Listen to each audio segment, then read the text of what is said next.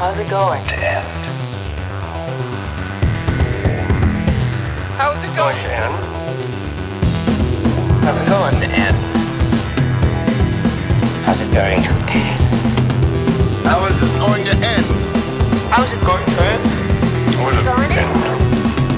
How's it going to end? How is it? How's it going to end? I was wondering that myself. What is going on, everybody? Welcome back to How's It Going to End? How you doing? That's great. Today, I am joined by New York Times bestselling author, activist, and fellow New York Mets fan, Frederick Joseph. His new book, Patriarchy Blues, Reflections on Manhood, is out now, and it is remarkable in a word. Fred, how you doing, man? I'm good, brother. I'm good. How's everything with you? All right. I'm really glad you were able to join me. I've been following you on Instagram for so long, and then we end up at opening day together at City Field. And yeah. It's funny. I feel like we're each other's good luck right now because we're rolling. The Mets are rolling, baby.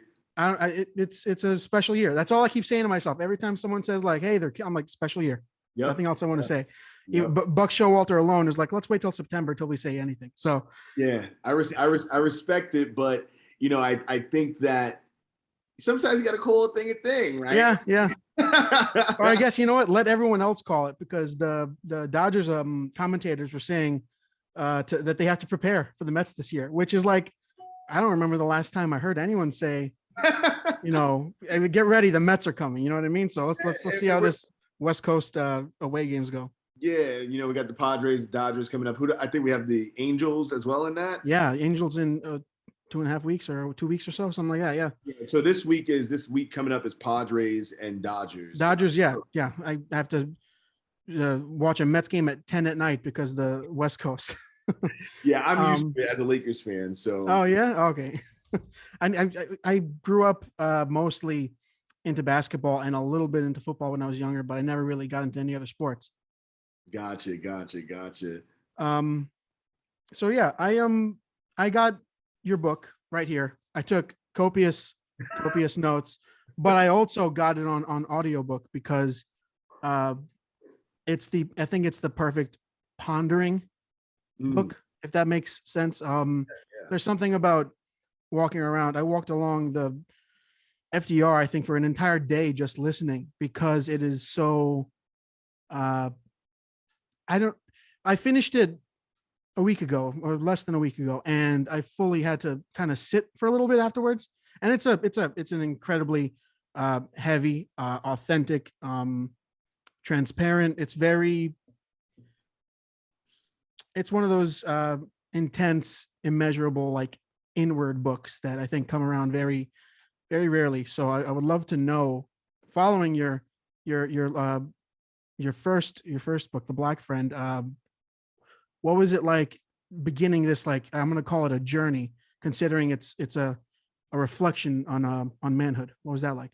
Yeah, well, I think first and foremost, I appreciate the words, the kindness that you've shown the book, the kindness that you've shown me, just like, being in community with you, and we're going to celebrate all of our successes at another Mets game soon. So but I'm just deeply appreciative.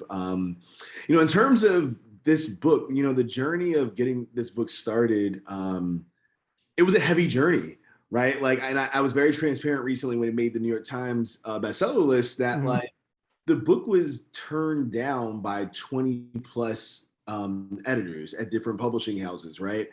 Like major houses, small houses. People just were like, the first time around, the book had a different title. It was I believe it was called a Portrait in 5 Shades of Black, and it was a play on a Charles Mingus song, who's a jazz artist, if you're not a jazz aficionado, and it was similar in what it was talking about, but it was just a bit more like artistic, I suppose. Like this book, I think is still very artistic. I wanted this book to be different than most books, but that book was like, it was like a real jazz album. But when people weren't interested, we went back to the drawing board, and I got hyper focused on like, okay, the book is about patriarchy. Let me just like hyper focus on it in like a way that like weaves it into all of the narrative. And then we came back and we pitched it again, and people were like, "Oh my God, this is great! This is great! This is the writing is phenomenal!" Da, da, da, da, da. No one is gonna buy this, right? They're like, no one's interested. We don't know how to sell it. No one wants this. So we had one Black editor at a small publishing house. She was interested, but she couldn't offer enough money. So then we ended up signing with Harper Perennial. The only other Black editor to get it is the only other editor to make an offer on it. And I actually had to take a massive pay cut to get this book made from like even my first book. So it was a journey. That's so interesting, because when I think of this, I mean, dude, especially when it comes to books like this, and I remember actually reading The Black Friend last summer. I've read both of these so far while like working my night shift job, and it's being that isolated recluse and reading a book that is so like, you know, inward searching. It's very interesting. But truly the only way I can think of selling these books, other than, you know, wanting to just learn, is as a tool. They're very much, you know, how-tos almost, in a way, in that it's like you can learn how to, it's weird to say bed yourself. It almost feels kind of like a little too plain, but it's so much more than, because you think of the generational aspect of something like this. And I saw when you constantly, which is so, I mean, disappointing, you post how some people would like, you know, refund orders of you know, 20 books, or say their school pulled you from lineups to speak or something like that. When it comes to, I mean, just, you know, unfortunate, grotesque things like that, just, you know, by clear the status quo, not wanting to budge for anything. How do you feel about stuff like that when you get approached by something like that? Yeah, I mean, I think first and foremost, it hurts, right? Because my goal in my writing, my goal pretty much with my platform, in general, whether it's social media, my books, blah, blah, blah, so on and so forth, is to allow us the full extent of our humanity, right? Like that's what I'm trying to do. Like, as I'm searching for the full extent of my humanity, I'm trying to help all of us, right? As I'm collectively on this road, like, hey, I'm seeing this, hey, I'm seeing that. Can we all be better? Can we all grow? Can we all be total beings, right? And for people to chide me over that, for people to admonish me, for people to try to erase me over that, it hurts, because it says a lot more about the society that we're in, as opposed to who I am. You know, like I said to someone the other day, my first book is banned in like 47 school districts right now, right? And if you read the book is kind of unlike all the other anti-racist books, in that, like, it's a very like it's like a one-on-one conversation, right? It's like me having, you know, they're young people the book is meant for, so it won't be a beer, but it's like me having a beer with somebody's parent, or me having, you know, me kicking it over video games with like somebody's kid in class or something, and just being like, hey, this is what's going on. Like, what's up? Let's talk about it, right? So like, why something that simple in theory would you have to, you know, aim all your weapons at the person who's just doing that type of work? That it's heavy. At some point, I mean, I've been, the way I've been thinking about it is, it's literally, it's the tool of fire. It's people coming across, you know, like pre-humans coming across fire, and then the gods being like, get rid of that. We can't let them, you know, keep going. And then, you know, I mean, it's the Greek mythology of Prometheus and all that stuff. But that's the one thing that's been kind of itching in the back of my head, is like, this is such a tool to better yourself. And it's just blatantly obvious to have people be like, no, don't read that. It's, you know, don't stay focused. You know what I mean? Yeah. Now I took some specific notes that I wanted to bring up to you, which is, I cried, I think maybe 5 times total, if I truly measure it out. And the first one, I'm walking in the street and I'm listening to The Letter to Your Uncle, and it obliterated me. I had to, like, I mean, everyone in New York, you walk down the street, you see someone, you know, someone crying or someone being hysterical or whatever. But I was that person for a second. I had to kind of like post up for a bit somewhere and just feel that and experience that that letter. When it comes to being as vulnerable as you are in this book, how do you approach something like that? Because it's got to be a very intimate transformation, I guess is the word. Yeah, I think some of that vulnerability comes from like the idea that if I give an olive branch to society, society will give an olive branch to other people, right? Like, it's like this is the most precious thing that I have is my experience, my story, my pain, my honesty. And if I give you that, will you then offer something similar to someone else, right? And I think specific to the letter to my uncle, I've tried my best, I think, in my first two books to canonize members of my family in the storyline of this nation, in the storyline of history. Like, we were here, they were here. Because I think that it's not just about my uncle, it's about everybody's uncle, right? It's about all the uncles and aunts and grandparents and mothers and fathers and sisters and brothers and friends that we've lost to I mean, we lost him to COVID very specifically, and but who we've lost to any tragedy, and whether that tragedy is white supremacy, or that tragedy is patriarchy, or that tragedy is COVID, or that tragedy is gun violence. All the people that we lose to tragedy, that I refuse to just have them be lost in the wind, right? Like, in my words, I'm trying to build monuments to the people we've lost. Well, it absolutely feels like that. And I think, hold on, sorry. I think it's just, it's very, I think, difficult for most people to try to create an atmosphere that is universal for everybody. And I think maybe someone sees something like The Black Friend or Patriarchy Blues and they go, oh, well, that's just going to chastise me for something, or that's just going to basically, like, there's a hesitancy to that idea of you can better yourself without flogging yourself. And I think that a lot of people don't entirely understand, and they get that, they feel like they immediately go on the defense. They feel like they have to attack back. And it's just, especially that story to your uncle, and talking about your drama teacher. That was like, because I also notice I fixated on the parts of the book that talked about like the male role models of childhood and adolescence. So so I in the process of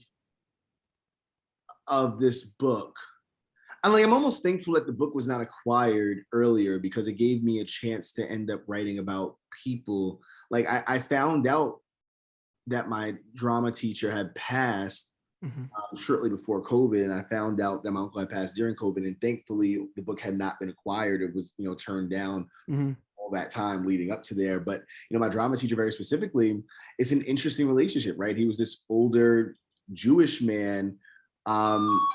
Sorry, excuse me for 1 second. No problem.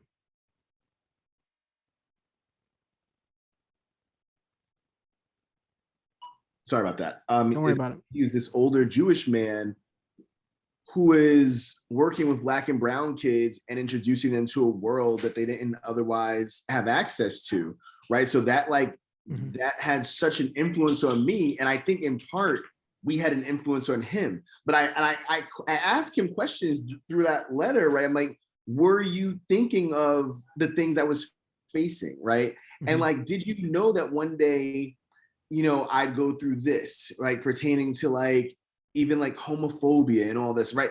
Like, and telling him about who I became. I'm like, hey, I'm sorry, but I stepped away from this thing I loved because of homophobia and things of that nature, and the way that people are chastised around things that are like falsely aligned with the gay community, right? So it's just, it was a lot there. Well, my favorite, I love that you use the word seismic when you talk about how you wanted to let this seismic figure in your life, this person who was like a real a force. I love that used that seismic, because it's very textural. You can picture someone like that in your life. And I think everybody has those people in their lives.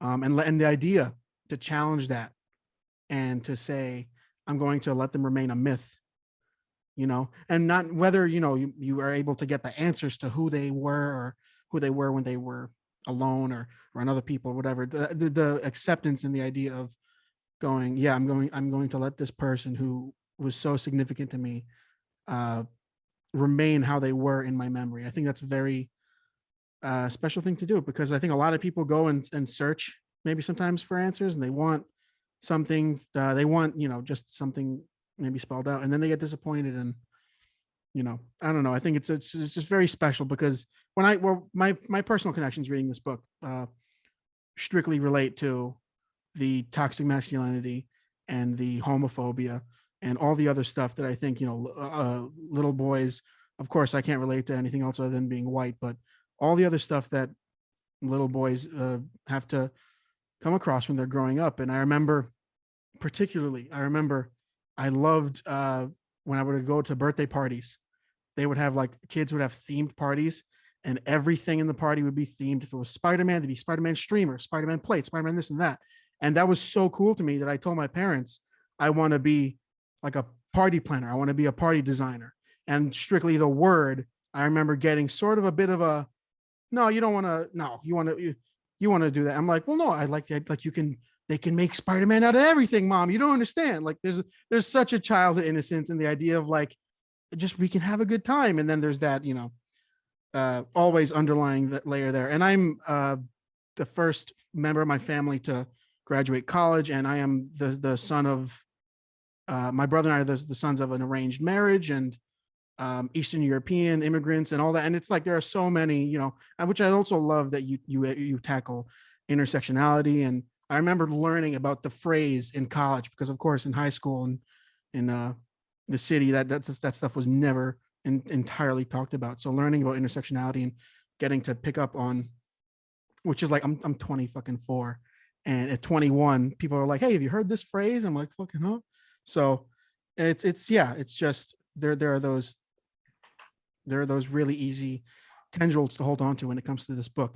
I think that it's such an important call out. And I'm old by comparison, but they weren't doing it during your time in college or high school and things or high school and whatnot. They weren't even having conversations about the concept that there could be words said or and ideas such as that when I was in high school. So I think it's a powerful thing that there is some sort of evolution, because I didn't even learn it in college, quite frankly. Yeah. Well, I guess that's some microscopic progress going on. I mean, there are so many. I didn't learn who James Baldwin was until college. I had a history teacher put a stack of books on the table and say, go and buy these and read them, throughout the course of the semester. And, it's very interesting to come across something that once you it's like this is the worst. I feel like an asshole for this comparison. It's like when you need a mattress and then suddenly you see mattress commercials everywhere, and it's like, oh, well, now there you go. I'm learning about this figure of true history, and then being like, oh, well, I think I've seen that clip before. I've seen that clip of him talking about. I remember when I Am Not Your Negro came out. I remember watching that years after it came out and going, I saw the trailer for that, and I didn't know who that man was. And I learned who this man was, and then you watch it, and it's very interesting how the puzzle pieces of the American education system. Yep. It's sad, because I talk about this in many interviews and conversations with people. I came out of high school not knowing who James Baldwin was, and not knowing who Audre Lorde was, and certain people, these prolific Black writers and thinkers, because the reality of it is that we're all in the same systems, whether you're Black or white. All of us exist within the same education system for the most part. So even Black kids are not getting the opportunity to learn about their own luminaries, right? It's a shame. It's horrible. Well, it's a good thing they're trying to act like they're actively trying and winning at banning books. And I saw something earlier about how some schools, and I think it was Idaho or Utah or something like that, they're And when it was like the vote passed 24 to whatever, for teachers to just carry guns in school, which is, geez, wow, fantastic idea, guys. wow. Yeah, sorry to bring the mood down. No, I mean, look, this is the world in which we play, I suppose, right? Yeah. Like, it's the reality of things. But that's why this conversation, these books, you know, the work is so important, you know, even for young, especially for, like, I would say more than probably anybody, younger white guys, right? Like white guys in their 20s and stuff like that, who are going to be like, you know, I love the Mets. I've been at Mets games and people are like being extremely racist, right? And I'm like, okay, who's going to step in? Who's going to have the moral fortitude and courage to step up and step in right now, and say, like, no, this is not happening, right? But I hope that we're getting to a generation of people who are willing to do the things that are necessary to make change. Yeah. You know, it was funny, just as a buffer before we get into like the topic of what I wanted to actually get into with you about, at opening day, I remember I came with my cousin and a bunch of my uncles and all that. And my cousin was on his phone and they go, stand for the Pledge of Allegiance. And I go, I don't want to, part of me is always like, I'm so always prepared. If I go to a game alone, I don't really participate in anything like that. It does not feel like something I want to participate in. So, but when I'm with family and I don't want to have to deal with some drunk asshole, I'm like, all right, fine. You know, so I said to my cousin, I was like, get up, it's time for the propaganda. And this guy next to me goes, yeah, but it's good propaganda. Stranger, I don't know. And I go, yeah, no, our propaganda is the good one. Everyone else is the bad one. And then he I could tell he was a little heated and he turned his energy away towards me, which is good. I didn't want to have to deal with him the rest of the game, but I should have, you know, I don't want to, part of me, like my cousin, he's 18 and I don't want to have to like get into a altercation at a fucking baseball game with my child cousin. But yeah. I think it's a shame that just for something as simple as like not wanting to stand up for the pledge, that people have to even consider that, right? Like, that's how toxic things are, right? Like, it's like, okay, you know, I don't, like, let's just say I didn't want to stand up because I was like, my leg hurts. Yeah. Right? Like, if I didn't, like, if that's the case, and I've been in situations like that, that's a story for another day, and people are like quickly like, you mother, you know, like, toxicity. Or Bill Burr has that great joke where he'll walk through a baseball stadium and someone be like, take your hat off during the Pledge of Allegiance. It's like, as if, you know, it's just the most, that's when you're like this, you're not saluting nobody. When you're like this, you are. But yeah, you know, so moving on into kind of like, I guess what I considered was a fun topic. I wanted to just, you know, bring up specific projects, movies, TV that both challenge heteronormative stereotypes and expectations of masculinity, but also projects that perpetuate them, because I love that you brought up the string of like film that almost playfully plays around with rape culture and the severe homophobia. And you didn't mention it in the book, but you know, the Hangover is right there.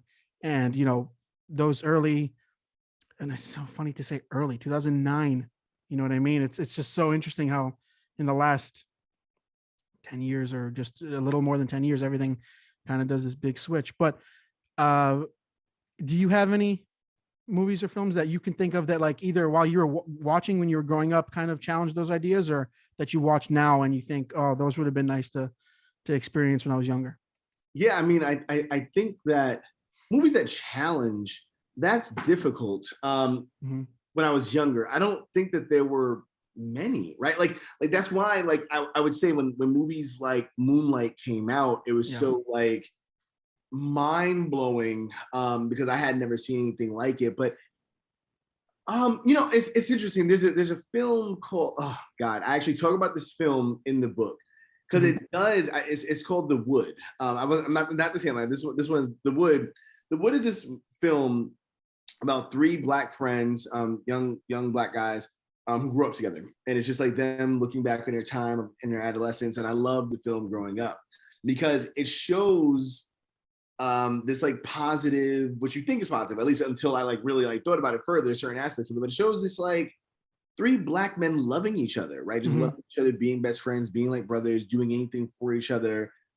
But then throughout the whole film, there's all this like very like heavy rape culture, these things, right? Where it's like, oh, they have a game in middle school where they're like, oh, who can go slap the girl's ass, right? Or like they have a game, who's gonna have sex with this girl first, and all these different things. I'm like, when I look back, I'm like, so even the things that I thought were like positive representations of like masculinity and fatherhood and all that, I'm like, they're like, it'll be really good in like the last 5 minutes. You're like, so who's gonna fuck her? It's like, it's all the wholesome, it deflates suddenly. You know what I mean?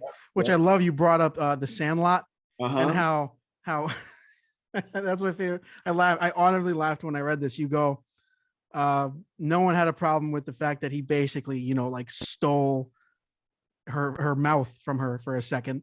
Everyone was like, how do fireworks light up a baseball field? That's so unrealistic. And it's literally how it's the way people pick apart from things, and it shows you what level they're at in their consciousness when it comes to this kind of stuff. Right. But I had never thought of it. Actually, when I wrote that chapter or that passage of the book, I wrote it without the Sandlot. I was on a flight editing the book, and I was sitting to my fiance. And I'm like, I'm going to throw the Sandlot on. And I'm editing the book, and I'm watching the Sandlot, and I'm thinking of all the memories of growing up and like, the huge dog and James Earl Jones. I'm like, man, I fucking love this movie. And I'm just, editing away. And I'm like, wait a minute. What the fuck is this?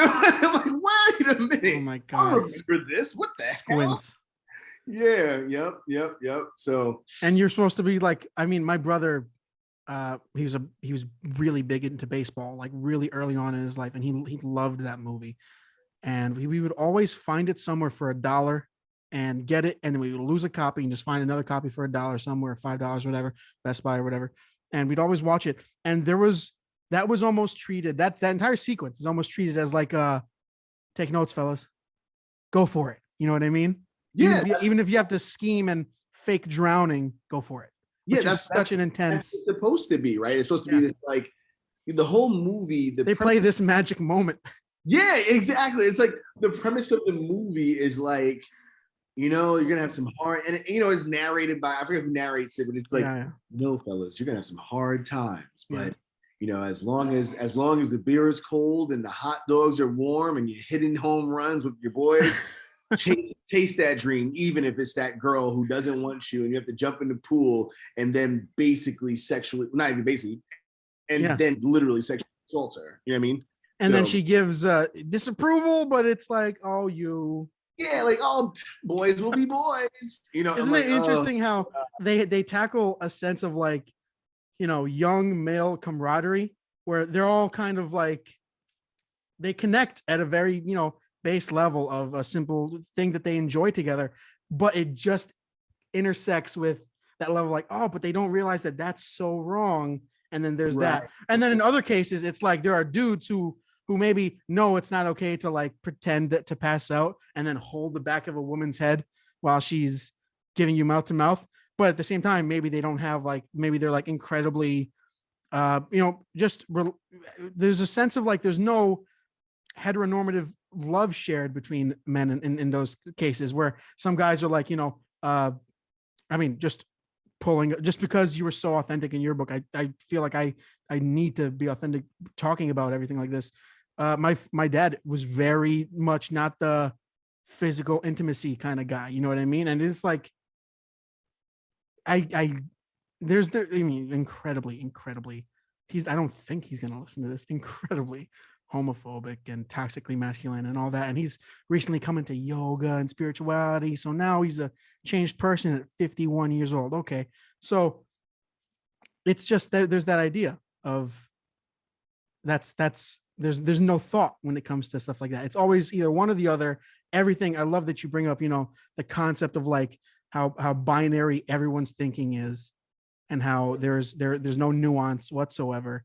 Yeah, we live in a world of gray and nobody wants to see it because it's so much easier to default to those binaries, right? It's like, good, bad, right, wrong, so on and so forth. But what happens when you fall somewhere in the middle? And I think a lot of our favorite films, our favorite music, our favorite shows, our favorite people all fall in that gray area, right? Like I'm sure, you're mentioning even, your dad, and I'm sure that in many ways your dad is maybe a phenomenal person, and also what you just said is true, right? So it's like we have to be able to walk and chew gum at the same time if we're ever going to change anything.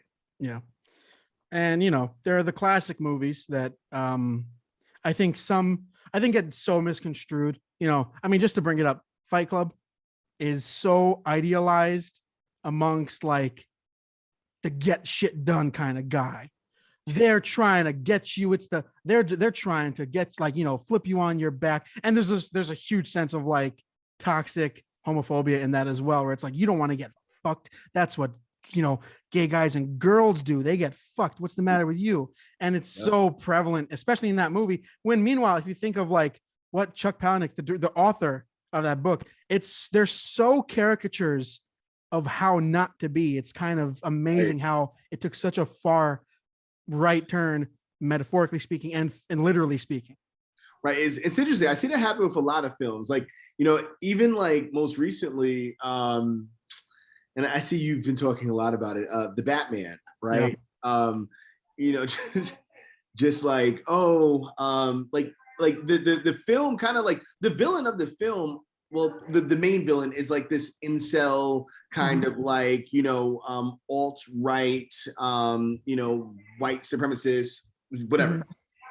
And like a lot of those same people are just like, oh, the Batman is awesome. They're like, I'm like, you don't see yourself in this at all. This is literally a play on you being this person, right? Like potentially you are the school shooter, right? Yeah. Like, and that like, yeah, people when they say it's super fringe type, it's like that they're talking about you. They're talking about you, and now you're online defend like, oh, if anybody talks about this film, I will go and shoot you. I'm like, yep. You need to rewatch the film. You would show up with the mask and the rifle and the arm. Like it's exactly that. They would be on one of his. That's such a fucking hilarious moment when they unlock the code or whatever, and he's like, what's up, guys?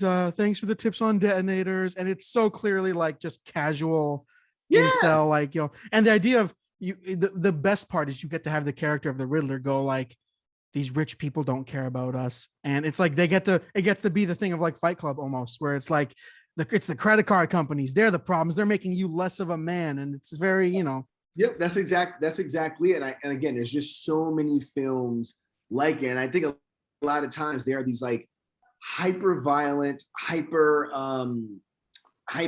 overly stereotypically masculine films. I think another film like that, ironically, was also the Nolan trilogy. Yeah. The Joker Absolutely. Was a great example of that. Heath Ledger's Joker. Like people don't see themselves like this is about you. Yeah. Because they go, oh, he wants to send a message, isn't it? Like he wants to let the powerful people know they can't push around. It's very much, it's very funny how people, or what, perfect even infinitely more better example, Joker.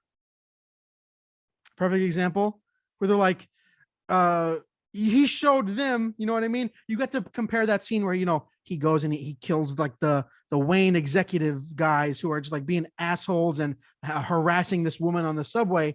And then at the same time, it's like, you wanted to make fun of me. And then he kills Robert De Niro and people go, yeah, that's what you deserve. It's like, no, guys, you don't understand. He may be the protagonist. He's not the good guy. That confusion gets so mixed up.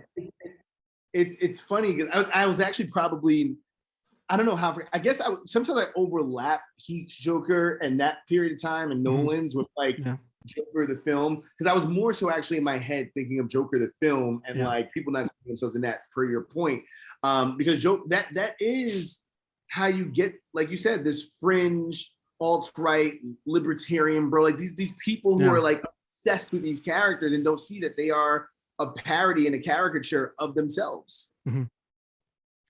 And what's funny?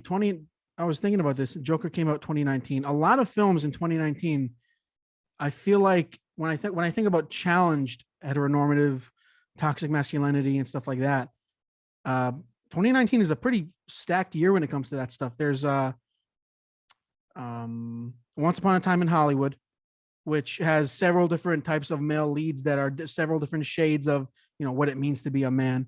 There's Ad Astra, another Brad Pitt. Have you seen Ad Astra?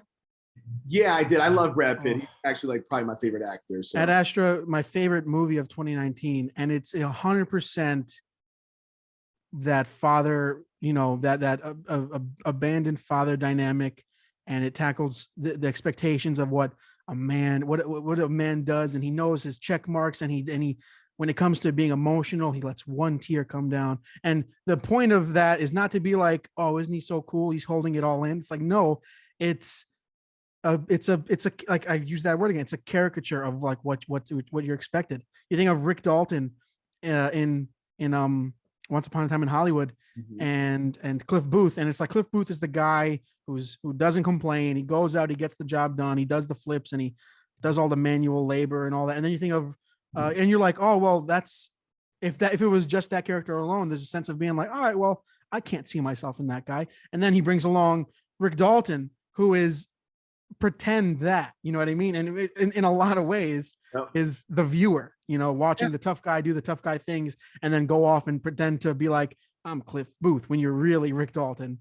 right. And you're throwing an emotional manic fit in your dressing room, and you're staring yourself in the mirror and you're having a breakdown. And it's just, I think there are a lot of those also Marriage Story came out in 2019. Yeah, big one when it comes to that stuff. I think that A Marriage Story. I love Adam Driver. That when I love Adam Driver, and like I think A Marriage Story was really good for that because that was more ego, right? Like the reflection of like the toxic masculine egos. I think when we were talking about like all these like other like hyper masculine, it's like people who are like, supposed to have brawn and might and things like that. But like he really encapsulated like this very like New Yorker kind of like what you're talking about. Like we all know one of them. You know what I mean? The guy who walks around and in his head he's like, I'm hot shit. You know what I mean? Right. And it's so toxic, and like you see it destroys everything around you, and it's suffocating, and it suffocates yourself, and you don't even realize it's suffocating yourself until you lose everything, right? Yeah. And the only way he's able to, physically and emotionally express how he's feeling is insane outbursts of punching a wall and like audibly saying every day, I wake up and I hope you're dead. And it's literally the pot boiling over of his ego and what he's expecting to happen to him. You know what I mean? I think there's a lot of people, especially men who are like, oh, but it was supposed to go good for me. You know what I mean? I was supposed to get the job and have a wife that is down to work with me in my projects, but also watch our kid, Yep. And that's 2019 was a really, really interesting year when it comes to those types of movies. Yeah. And another, what's interesting, I think another movie that tackles ego, which is a great segue, The Social Network. If there was ever a movie that, I think it might be the epitome of like of a man who is solely driven by like grotesque, narcissistic, petty ego. You know what I mean? Which I mean, I don't know. When's the last time you saw The Social Network? Like your last rewatch? So I haven't seen The Social Network I might have only seen The Social Network twice. I didn't love it, right? The reason I didn't love it is because because I think it came out when like Zuck wasn't Zuck now, right? No. I've always seen in him this, right? Like I've always seen the dangers of these social media technocrat wannabe guys, right? I've always seen it. I guess I watched a lot of Blade Runner and whatnot growing up and things of that nature. So I've always kind of like, had an eye for these things. But like, I didn't love it because I was just like, oh, we're gonna like make this film that somewhat, it's how can I put this? When we sensationalize certain things in people, we also normalize it and desensitize ourselves to it in a way that like allows them to then carry on destroying everything, right? Like I can see the Elon Musk film now, but the second that something becomes entertainment, it no longer feels like it's a principles and stuff like that go out the fucking window. It's like, oh, we can actually capitalize on this. Let's do it. Right. It's kind of like Wolf of Wall Street is a really good example. I was just about to bring up Wolf of Wall Street and the fact that Jordan Belfort is he's in the movie, in the end of the movie, and he introduces himself as the baddest motherfucker he's ever met, which is like you might as well just have him like jerking off on stage and then put that in the movie. Right. I remember I was saying to my fiance, I remember seeing the movie for the first time, and I didn't like people were like, oh, this should, and then when I saw it, people were like, oh, this should win an Oscar and it's that third. I'm like, I went to go see it, and it's just me and all these like Turtle Bay bros, these like, like all these people who live in that area, and they're all like, oh man, this is the greatest fucking thing ever. Yes, day trade. We're all bulls. I'm like, do you all know what you've just done to society? Like, do you know what you have? And that's another case where I think it's like, Scorsese is very good at creating these cartoon characters. I mean, rest in peace, Ray Liotta. Henry Hill, and the end of the movie, he learns nothing. He's just upset that now he doesn't have that extravagant life, which is it's comical. You're supposed to go, wow, what a fucked up person. And instead it's like when they were at the top, it was fuck you, pay me, and that whole like idea. And that's what gets adopted by people. Well, that's the danger. And I said something like this yesterday pertaining to like the Amber Heard and Johnny Depp. That's the danger of like our entertainment industry and all and also social media, and like just them meeting at this intersection is we've always had films and music that like glorified certain things. But what happens when people turn that glorification into like their personal personas? Deification, right? Yeah. Right. Because you get to do a lot of that through social media, where these guys are like coming on Twitter or Instagram or TikTok, and they're like, like, I don't know, like, like, let's say the fuck you, pay me, right? Like, it's just like, these guys who come online, and that is their persona. Their persona is literally Jordan Belfort, right? They're just like, oh, I bought in low, I sold high. And we're like, hey, you guys would pay taxes. No, fuck the little man. Fuck you guys, man. Because they've watched that at fucking 14 years old, 21 years old, whatever it is. And they're just like, man, this guy's Black Panther to me, right? Like the same way like kids saw Black Panther, they're like, man, Wakanda forever. These guys are like, Jordan Belfort forever, right? It's the exact same thing. And that's it's so incredibly harmful. Like it's so dangerous to like the future of people, to the future of, especially, I mean, when you think of like men, where there's a guy out there that's like, son, we're going to watch a good movie. You know what I mean? And he shows him the Wolf of Wall Street, and the first shot of the Wolf of Wall Street is Leonardo DiCaprio snorting coke out of an ass. And it's like, learn, son, take notes. You know what I mean? Right. It's so obvious. Right. And it's funny because I just put it on recently because I was sitting writing something. I've seen the movie plenty of times. And I put the movie on just because I was like, it was like in the Amazon, like, free, whatever. And I was watching it, and like, I was like, was this always this? Right? Like, I always knew it was bad. Like, whoa, this is really fucking bad. Like, this is like, I don't even know if you can make this movie now without like, whatever. But like, and then a few days later, and this is just, again, how like things work. A few days later, I was like, I want to play some PlayStation. I have PS5. I think we've talked about like some games. Or whatever. So I was like, let me play some Grand Theft Auto. I like turned on Grand Theft Auto and turned it off for 1 minute. I was like, oh no, right? I was just like, no, there's no way in hell, right? Like, it's so much. And again, we normalize it in ways that are detrimental to like literally what our society can become and is right now. I think we're actually going backwards in ways. It is. There is a dreadful like regression when it comes to, I mean, literally, it can be summed up by like, you guys are missing the point. He's not supposed to be an idealized figure. You're supposed to look at him and go, my stomach hurts. You know what I mean? You're supposed to look at Jordan Belfort telling the guy he's scamming on the phone, giving the middle finger to while everyone else is cheering. You're supposed to go, that's a bad guy. I want to retch right now watching that. You know what I mean? And it's very funny because I think about Wolf of Wall Street and I'm like, that movie is a high the entire movie. you can't watch it and not feel the momentum of like, he walks down his steps and he immediately does a bunch of fucking drugs and goes off. And you're like, whoa, there's of course that you're going to be pulled along with this like weird phantom, joining him, even though it's so meant to be like, gross is the word is the perfect word to think of. But the issue is that people are not finding it gross. I don't even know if it's people are not finding it gross. They're also not even finding it hilarious. Yeah, they're finding it inspirational. Right. This is the thing you'll see. Like, what's his face? Fucking Jordan Belfort's on TikTok, and he's like, if you don't like America, move to Guatemala. And it's like, guys, you can't see the grift. Is the Matrix code that strong on you? Right. And it's like he's clearly a grifter. Right, because it's not even like, one of my favorite movies of all time, my two favorite, I usually put them as one film, Godfather 1 and 2, right? Mm-hmm. Because while there is a sensationalization of violence, there are also like lessons in the film at the very least. Yeah.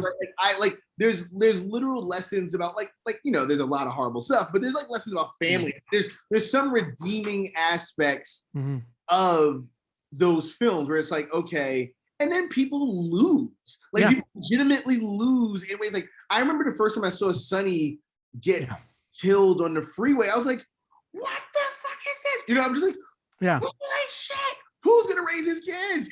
And he's the brother that's like the harsh one. He'll come up and break the photographer's camera and then throw whatever a sum of cash at him. You know what I mean? It's right. And you're supposed to go, wow, he was the guy that I was like, yeah, you got to go and do this and do that. And then you see Michael, and then you go to the second movie with Michael, and you're like, he's so clearly unhappy. Right. That's exactly, and that's something that, like, even if you're like, oh, I want all the power of Michael Corleone, what you have to also see is like, oh man, do I? Because look what it's coming along. Yeah. With, right? And that's why I think those films are so brilliant, because and they're actually really interesting to look at masculinity. I would love to, maybe I'll write a piece on that at some point. It's an interesting look at masculinity because it shows the detriment to ego, the destruction of family, the destruction of happiness because of the chase for power in these patriarchal constructs, right? I think is that a Logan poster behind you? Yeah. I think Logan was another great example of just like this, a lot of men have been inspired by this brooding, oh man, like this. Yeah. What's his name? He has the really ugly face. I can't stand him. He wrote, he did what is his name? He's racist, white guy, old, get off my porch. Voight? John Voight? No, that's another one. He did I think the Asian people or the Mexican, I can't remember if they were Asian or Mexican. He's like, oh, Mickey Rooney? No, but he's in that realm. He's alive still. Oh, he's alive still. Oh. He did, God damn it. I don't know why this is escaping me. He's scrunched up face. He has a mole, white guy. He's also a director. He's a director and an actor. Yeah, when it comes to me, it's gonna be like, I'll say it anyway. To the point, we're so used to watching these brooding white men who don't need anybody and don't need anything, that I thought Logan was really great outside of all the action and whatnot. I'm like, man, this is a really good story of how it all comes full circle of you've lived a pretty empty life, right? Yeah. And the one person you loved, being Charles, really, I guess, is dying, and you have such toxic masculinity that you won't even fully love this father figure of yours. And it took until he's gone. Yeah, until he's gone. And even in that, you didn't know how to access full range of emotions about that. So the only emotion you had was rage, right? It's such a good film. Such a good film. Well, that's a great moment.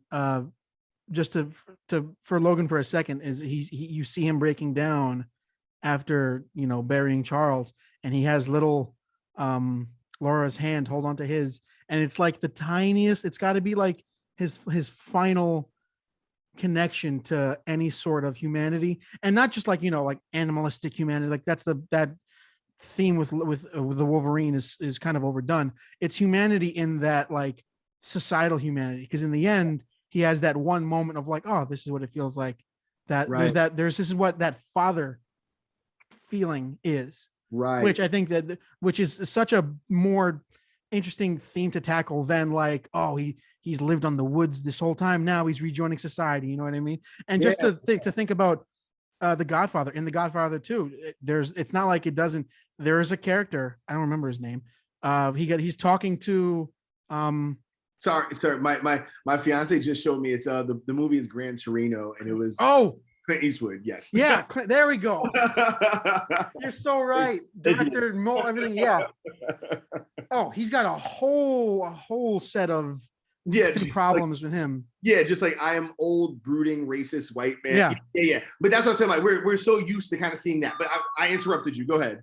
No, it's literally that. I mean, in The Godfather 2, Tom tells, I don't remember who it was, like, hey, you know, in ancient Rome, those who disgrace themselves would just walk off and, you know, take their own lives, basically.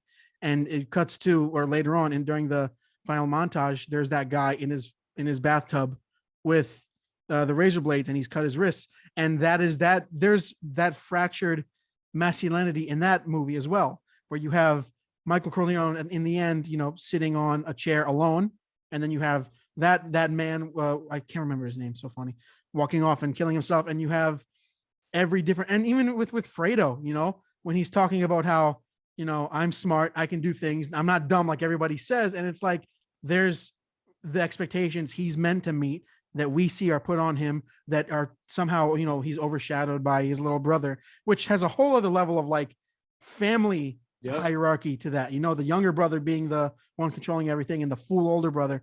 The Godfather is such a great lens to look through when you want to tackle those ideas. Oh, absolutely. I mean, yeah, I could have.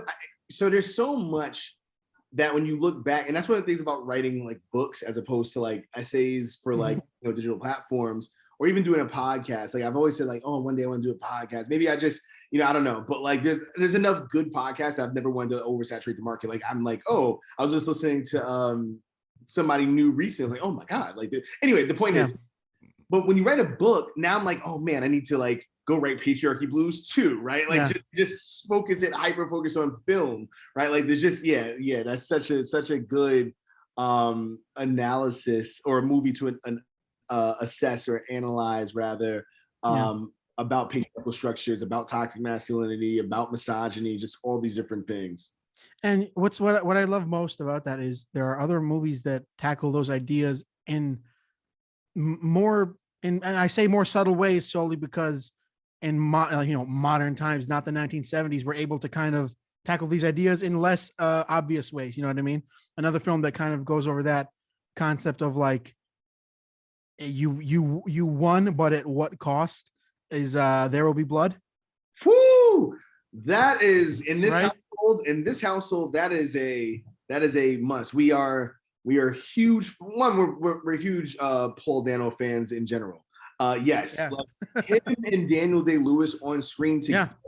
My God, is that a masterclass? It's truly unreal, because there is you know, the Cain and Abel comparison, and there's so much when it comes to the what's expected of a man and masculinity, and even when like there, you know, what's funny is it doesn't tackle any, or you know what, it doesn't have to tackle these ideas, but there are moments where he's out with who he thinks is his brother, and it's genuine, you know, intimate love between someone who thinks he's with his brother, and there's that connection. It's the first time we see this rigid rock of a character show anything other than contempt, even when he's telling him about how he only feels contempt. Even more love than he has for his own son, right? Like, and I think it's because he thinks that this person is connected to his mother. Right. And I think a lot of, it's he asked her about him. How is she? Yes. So like, it's almost like, oh, I'm with a piece of my mother right now, and therefore I can love. This son is not a piece of my mother.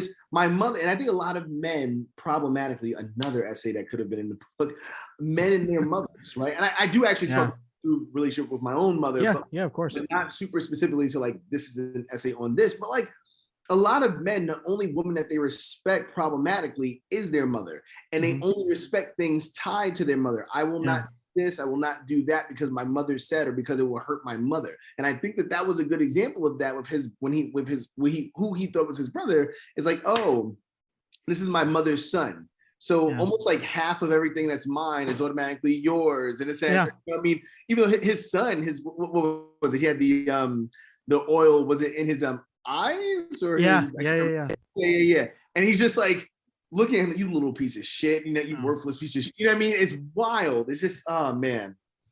I mean, that movie just tackles that, like, and that movie, no one was walking out of.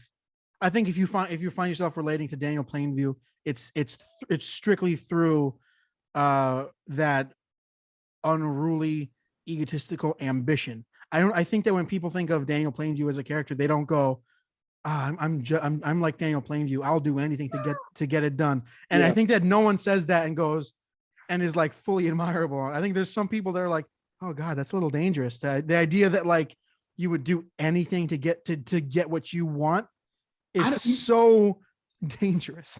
You know, I don't know if I agree with that though, because I think that in him you find a lot of the same things that a lot of guys find in Jordan Belfort, right? Yeah.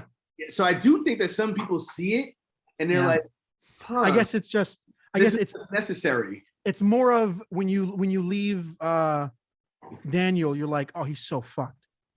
Well, that's the thing though. I think that you're seeing it that way, but I think a lot of people are gonna see the majority see it as like you're a good guy, right? So like we always have to understand like who a good person is. I think that a lot of people are gonna see it like, so this is how people got their oil money. By any means necessary. And they're like capitalist. You buy up all the land, you fuck over everybody, and it's like he's on top. And in the end, you know what? There's a minute little success to Daniel in the end where he says, you know, I'm finished. And it's like, and it cuts to the it's such an interesting specific piece of music that they chose. They went to the music of when they opened up the oil well in the town, the strings going like, you know, just like intense, upbeat strings. And to cut to that after he, basically removes this thorn from his side after fully emasculating him, saying, I drink your milk. I'm taking your sustenance from you to me. And he physically abuses him. He throws the pins at him. He makes him, denounce his faith. And it's such like he's stripping him basically. Is he's tarring and feathering him.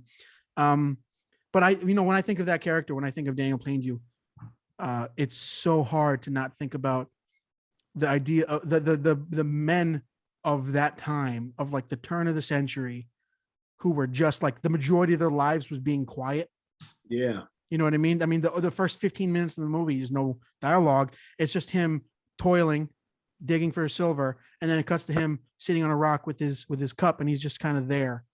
And that's what life was like when there's no sense of expression at all.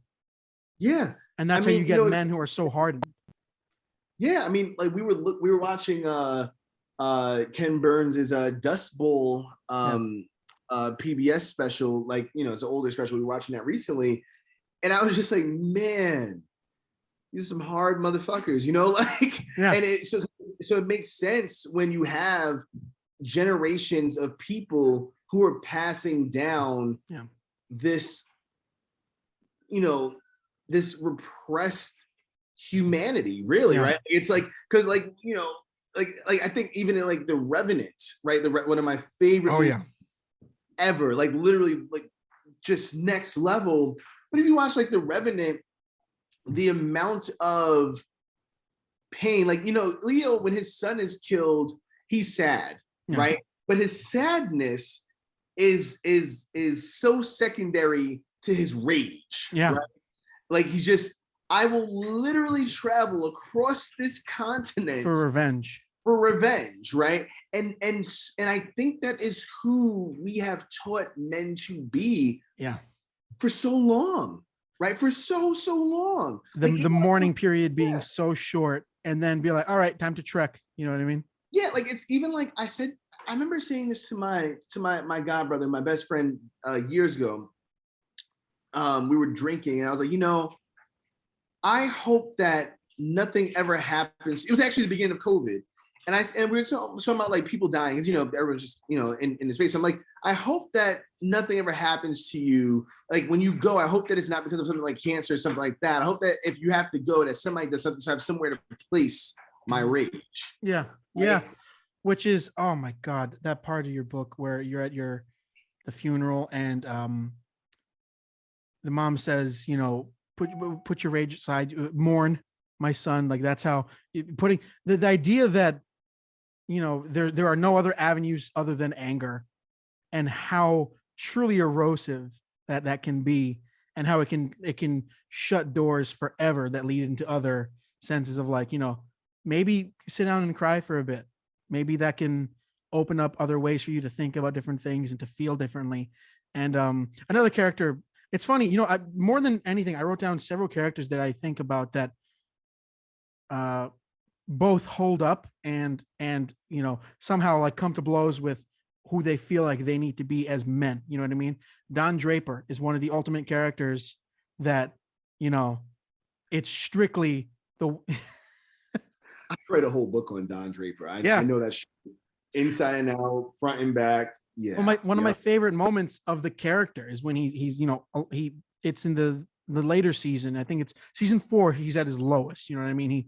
He's divorced. He's living alone in a pretty slummy apartment for a rich fucking white guy in the 60s, and he's got this sense of he's finally trying to tackle questions about himself, which is a very interesting thing, because at the end of season 4 is when he meets Megan, who becomes his second wife, and he goes right back to old Don. You know what I mean? Which is what I love about Matthew Weiner's writing is the way he naturally, like, people regress, in especially men from back then.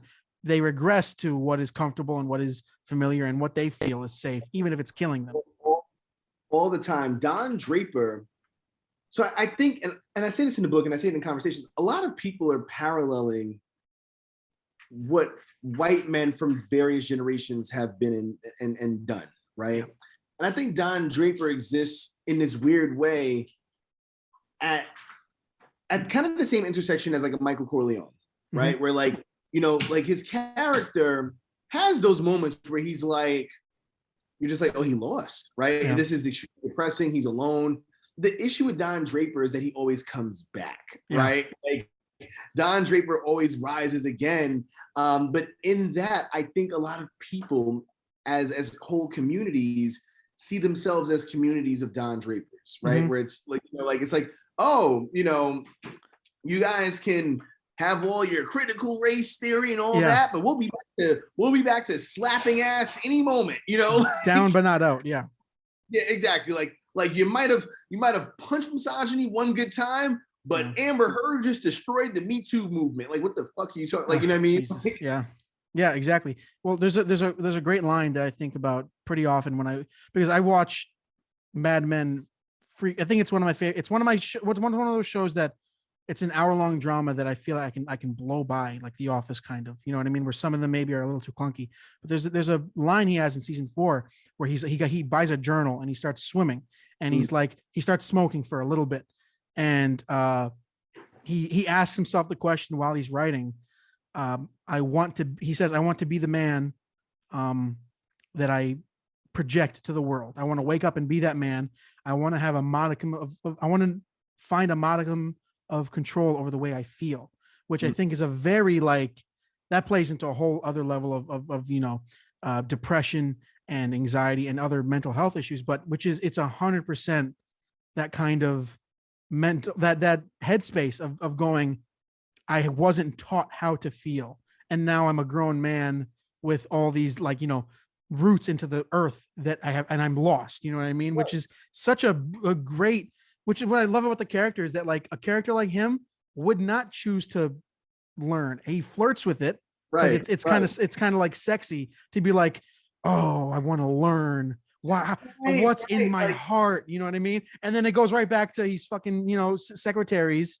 And he's like, yeah, I'll get married. I'll have another kid. That's how that works. Right. Don Draper, and I said this years ago, maybe on Twitter or something like that. Don Draper himself is just an ad campaign, Yeah. Right? Like he is the greatest ad man in history because he himself is an ad, right? Like, and that's the thing I loved about the show, because I was able to assess it and not like, be inspired by thank God. But like, I do think a generation of men who even watched Mad Men. Oh yeah. Like, man, things sure were better back back when Madison Ave back then, like, and that's what's so great about that is as you're watching Mad Men, as they're getting closer to the 70s, you see even old people of the 70s who are like 80 being like, God, these fucking kids these days, and it's going crazy. These hippies and the war, and what happened to old America, where it's like the men got home from war and fucking pie was ready. And it's so funny because the young people of that time look at them and they're like, oh, you dinosaur, get over it. And then those people are old now, and you see suddenly how on a dime suddenly everyone's very buttoned up and conservative. And what drugs? We never did drugs. We never had sex. What are you talking about? I went to Woodstock and I read a book. You know what I mean? Right. Yeah, it's such a phenomenal show. I think it's such a dynamic character portrait of so many people, right? Like Pete, and just there's so many characters. Yeah.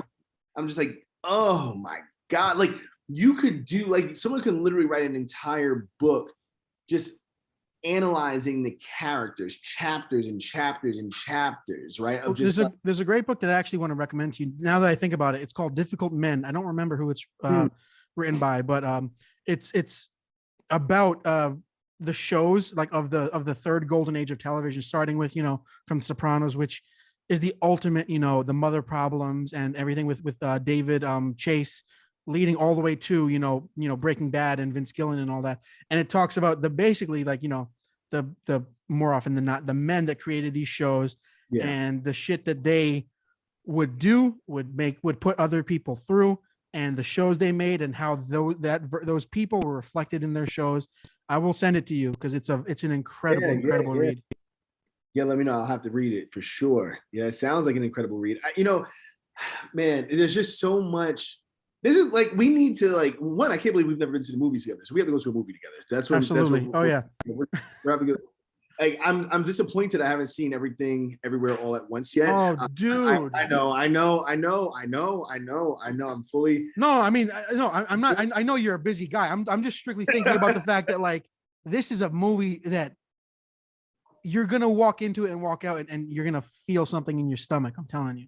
Well, that's the thing, and I think I said this before. My first passion is actually like cinema, right? Like, I can't write a book. I can't write anything without like movies being on, without I'll like watch something. Like I watched The Northman and I was like, holy shit, I need to write a screenplay that is like a West or East African version of The Northman, right? Like with like the lore and mythos of their gods and with this like level of budget. I'm like, now. And I was like, in my phone, I was like, never mind. But it was like, but I get inspired by things. Yeah, like, no, of course.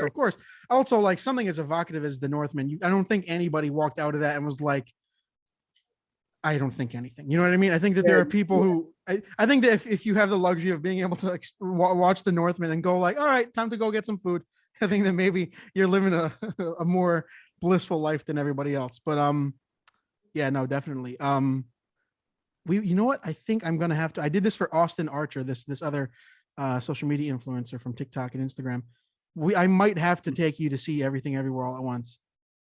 We might have to do it. Like, truthfully, because I remember I'm so serious. Yeah, no, 100%. All right. This was so fucking cool. Thank you so much for joining me. Man, wait, before we go, I have a question for you. This is a weird question. Your favorite place to watch movies says a lot about you. Favorite place to watch movies.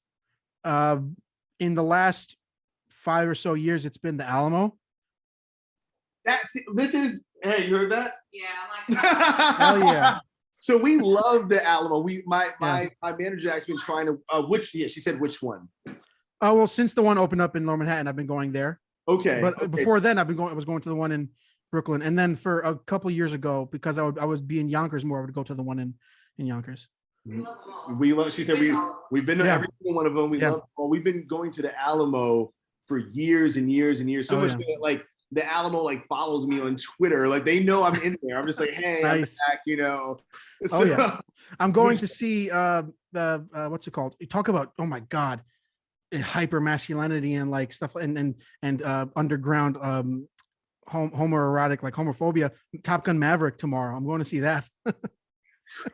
So the funny thing about that is, like, I can't say publicly that I'm like, yeah, I need to go see Top Gun. Yeah. Because like I'm very anti-establishment. No, of course, yeah. But I need to see that, and I also heard it's phenomenal. Like I'm hearing it's great. I'm also hearing, you know, prepare for like join the Air Force, everybody in the audience. You know what I mean? Of course. I mean, it wouldn't be. Well, they got substantial tax cuts, and they got to use actual fighter jets, and it's like so clearly that, you know, it's like, there you go, everybody. Oh yeah, But, yeah. But yeah, no, it's the one that it's like that's the movie you see because Tom Cruise, someone who somehow always like can fit into this conversation as well. You know what I mean? Absolutely. You know, you see someone, imagine him making that movie, and you're like, all right, this is a guy who put his fucking entire body into this movie. Yep. But yeah, where can people find you, and what do you want to promote? Yeah, everybody can find me on Twitter and Instagram at Fred T. Joseph. You know, I have books out. I have books coming out. I have 2 books coming out in the fall. Better Than We Found It, which is co-written with my fiance, soon-to-be wife. That features Elizabeth Warren, Julian Castro, Chelsea Clinton, so many great people. And then after that, the last book of the year, I have the picture book coming out for Black Panther 2. So I wrote the tie-in book. I, you know, got to create a new character who is canon within the MCU. So Nice.